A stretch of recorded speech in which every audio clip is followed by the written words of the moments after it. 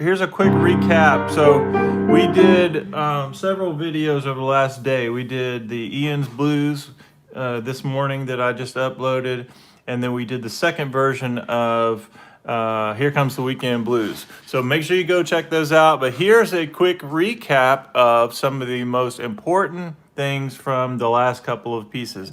And one of those is the use of the sixth interval. Now, this is a game changer, so pay attention. So if we were going to harmonize this interval of a 6 for the scale of C, watch this. The first interval from C up to A, is a major 6. 1, 2, 3, 4, 5, 6. So you have that shape right there. If you go up D to B, that's also a major 6, because when a D major scale has a B natural in it, so that's a major 6. That's a minor 6 right there, because normally an E scale has a C sharp in there. So as we go up, we have a mix of major, minor, major, major, minor, minor, and major again. So why is this important? It's still the same shape, but this is where it gets really important and really nice, is that as we go through different patterns for the blues, for instance, we have not C major chords, but C7 chords. A C7 chord is 1, 3, 5 of a C scale, and the flat 7, right? How do you get a flat 7? You take the 7th note and you flat it. Well, why is this important? Because in the same exact way that I harmonized in sixth, I go up the dominant scale. That's hard to say. So we go up the dominant scale. We have C, A, D and B flat, E and C, F and D, G and E, A and C, B flat and G, which is a major 6th right there. Now, watch what happens if I just play a simple blues right here. I'm going to go.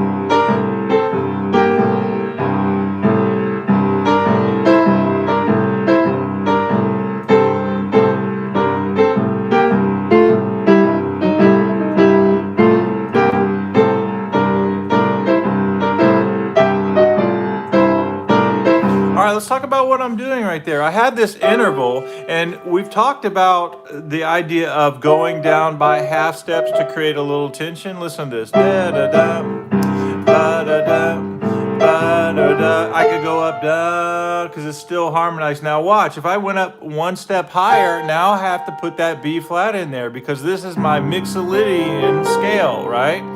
So it's great to start on the 5th of the triad.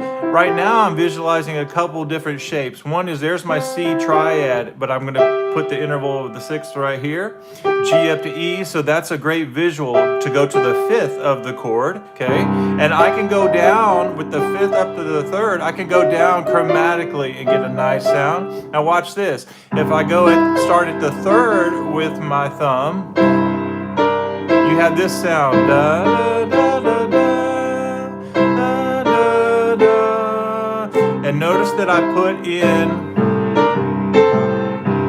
the B flat. Da, da, da. So I'm harmonizing still in 6th with this this one shape. Now watch this. Here's my root. Now if I go up a half step and put the B flat in there, I'm still visualizing my thumb here, and I know that I can go up or down, and when I go down, I'm going to the B flat because I'm in the mixolydian pattern, right? So watch this.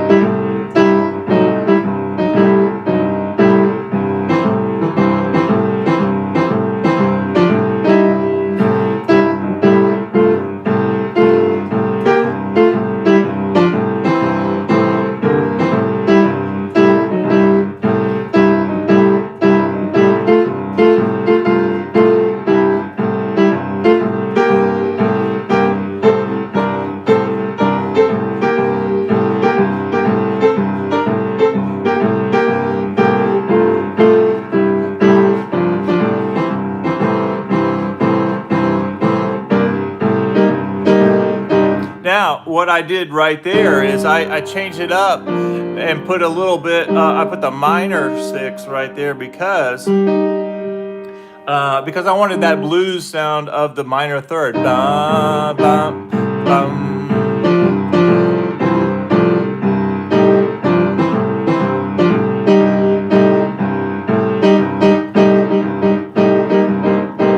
So it created a little bit of tension there, but it's just something I wanted for just a second. But as you harmonize the C7 scale, I want you to stay within the scale to get used to that sound, and then experiment just like I did, and don't be afraid to make mistakes. That's what it's all about, just having fun and creating.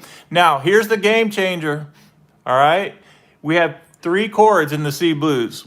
We had the C chord, the F chord, and the G chord. So when you go up to your F chord, which is your 4 chord, you think about the F major scale. How do you play an F major scale? F, G, A, B flat, C, D, E, F. 1, 2, 3, 4, 5, 6, 7, 8. What note do we need to flat to make it an F7 scale? We flat the 7th. E becomes an E flat. Now we have this sound, which is mixolydian or dominant. So this is part of our blues vocabulary, right? We say C7 dominant, C7 chord, mixolydian scale. But now when I go to the F chord, I think F dominant, F mixolydian scale. Now watch what happens. Here's an amazing thing that happens. There's the interval that we're looking for, and I'm harmonizing. Now I need that E flat, so anytime I get to a B flat or an E flat, I'm going to change the shape, right? So I go major, minor, going up, that's a major, that's a major, that's a minor 6th, and then watch this. There's my major 6th on top, and I can keep going, but whenever I get to the B. So in the same way that I did my C chord, I visualized starting with my thumb on the 5th note, the 3rd note, and the root note to get those sounds. So let's do the same thing for F. Okay, so here we go. I'll start with the 3rd. Now I'm going to go down. Now watch what happens. There's that E flat I needed to go. I'm going to keep going down. All right, here comes the E flat. Here comes the B flat.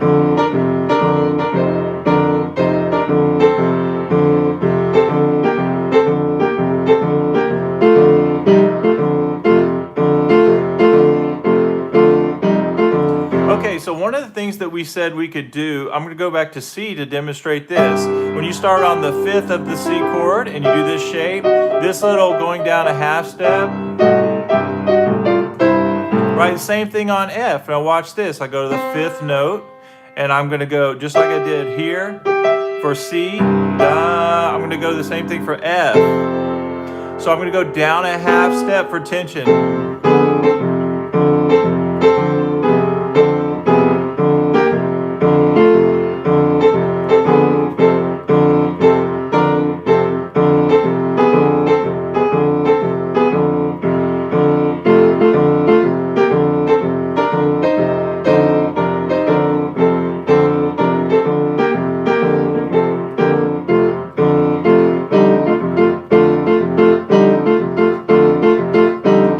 I'm doing is just making up patterns and changing the direction of my notes, but I'm still basing it on one simple concept, and that is there's your mixolydian scale, right? Now, the way we're going to end this video is talking about the only other chord that we need to know is the G mixolydian scale. The great thing about the G mixolydian scale is that it comes from the G major scale, and all we do is change one note. The F sharp becomes F. So guess what? All white notes in the key of for the scale of G. G mixolydian, G dominant, G blues scale or G blues chord, G7, all white notes. Same concept applies. I'm either going to do my thumb on the 1, 3, or the 5 to start, G, B, or D. Right now, first I'll do the shape with my root on the bottom. Let's listen to that. So you know it's going to be all white notes, so listen to this.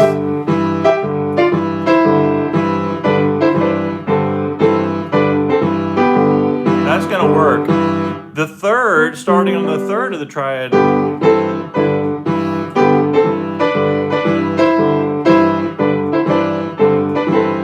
Again.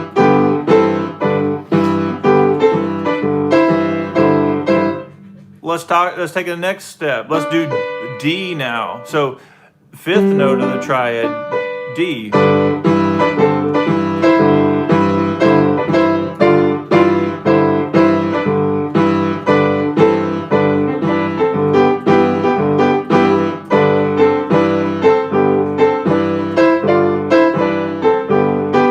Now, if we took the same concept of going down the half step, especially from the fifth, which sounds really good, the fifth of the triad is G.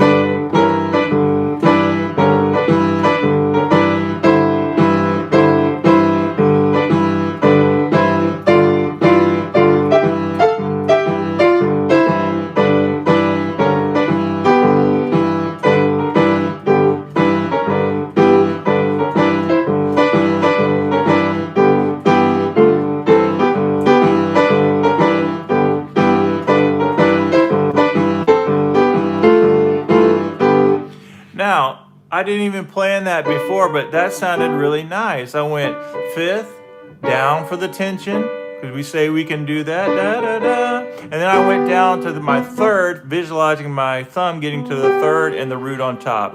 Da, da, da, dum, da, da, da, da, da, da, da, da, da, da,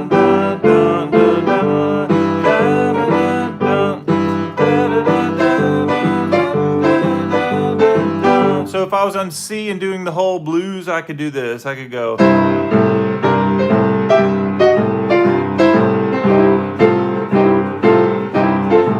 What happens when I go to F? I could go here.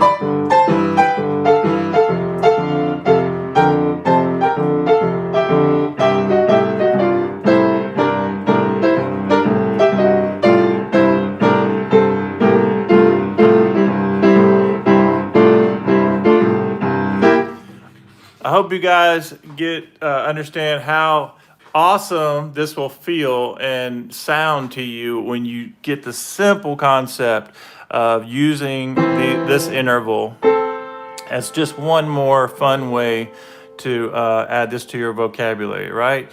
All you need to do is your recap is you're gonna give me C, E, G. You're gonna put your thumb and go up to the sixth note.